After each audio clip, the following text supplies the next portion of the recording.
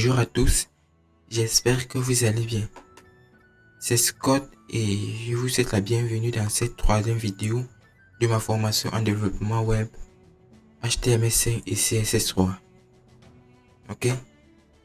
Dans cette vidéo, nous allons parler des éditeurs de code.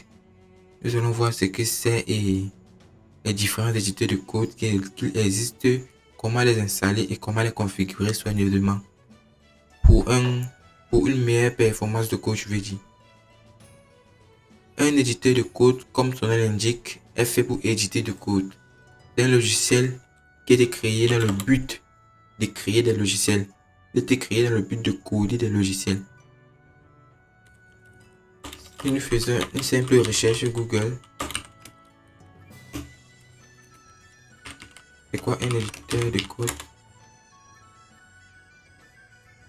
Google dit, un éditeur de code est un programme d'édition de texte spécialisé conçu pour l'édition du code source d'un programme informatique. Ok? Parmi les éditeurs de code, il en existe plusieurs.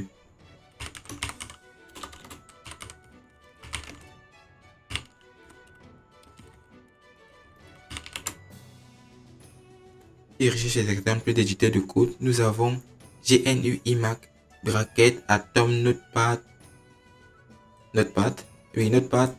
Arena, bref, il en existe plein d'éditeurs de code. Mais moi, pour cette formation, nous allons utiliser Visual Studio Code. Visual Studio Code est l'éditeur de code qui est pour moi et en ce moment le plus performant.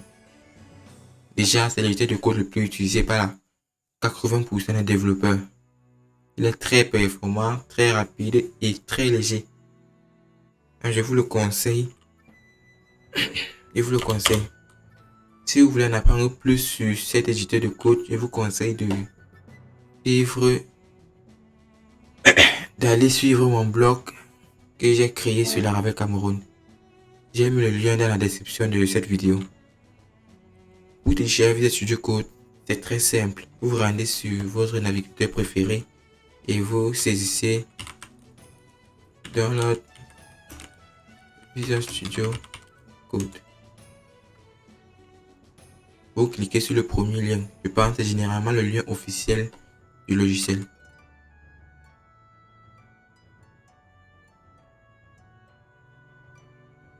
Et arrivé sur ce site, vous sélectionnez la version de Visual Studio qui correspond à votre système d'exploitation, dépendamment de Windows, Linux et Mac.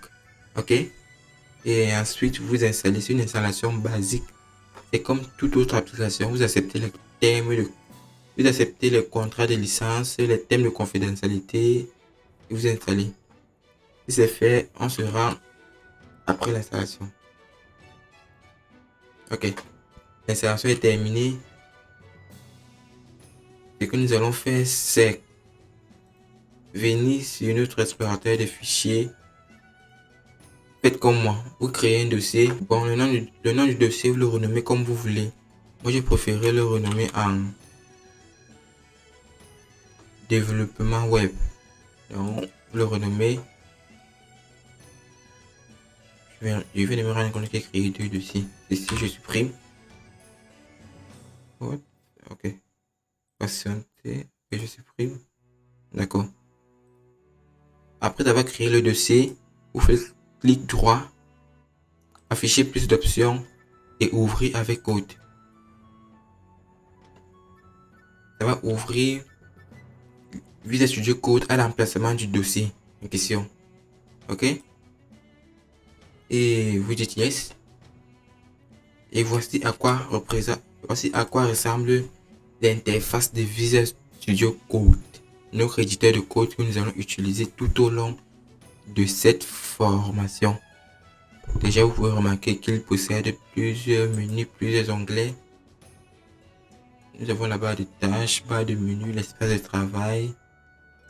Bref, nous avons plusieurs options et plusieurs onglets.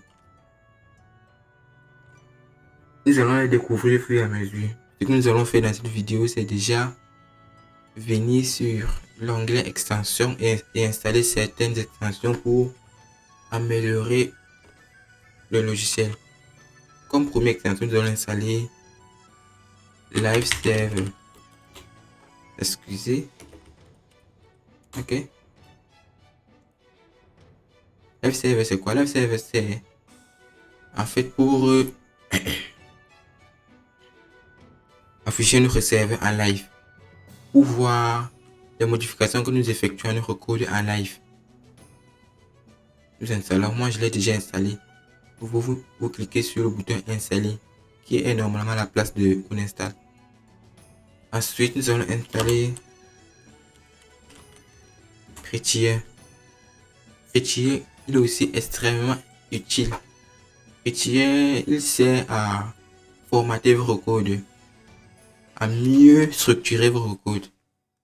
Vous l'installez et enfin, avant de terminer la vidéo, vous installez également NPM.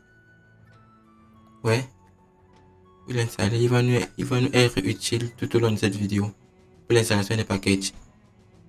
Ok, si l'installation est prête, si l'installation est terminée, je veux dire, vous revenez sur l'Explorer. Nous allons créer nos 3 fichiers avant de clôturer cette vidéo.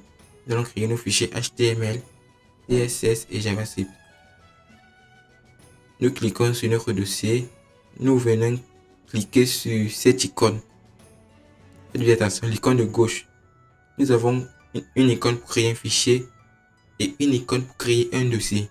Vous sélectionnez l'icône pour créer un fichier et vous renommez en index.html. Le point HTML c'est l'extension des fichiers HTML. Vous créez un autre fichier que nous renommons en style.css. Ok, patientons. Voilà, nos 2 fichiers ont été créés. Dans notre index.html, nous allons mettre un point d'interrogation et tabuler. Tada, magie. Ceci, c'est la structure de base d'un document HTML. Mais je pense que la vidéo est assez longue.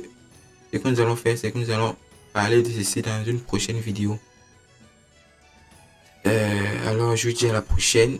C'était Scott. Ciao.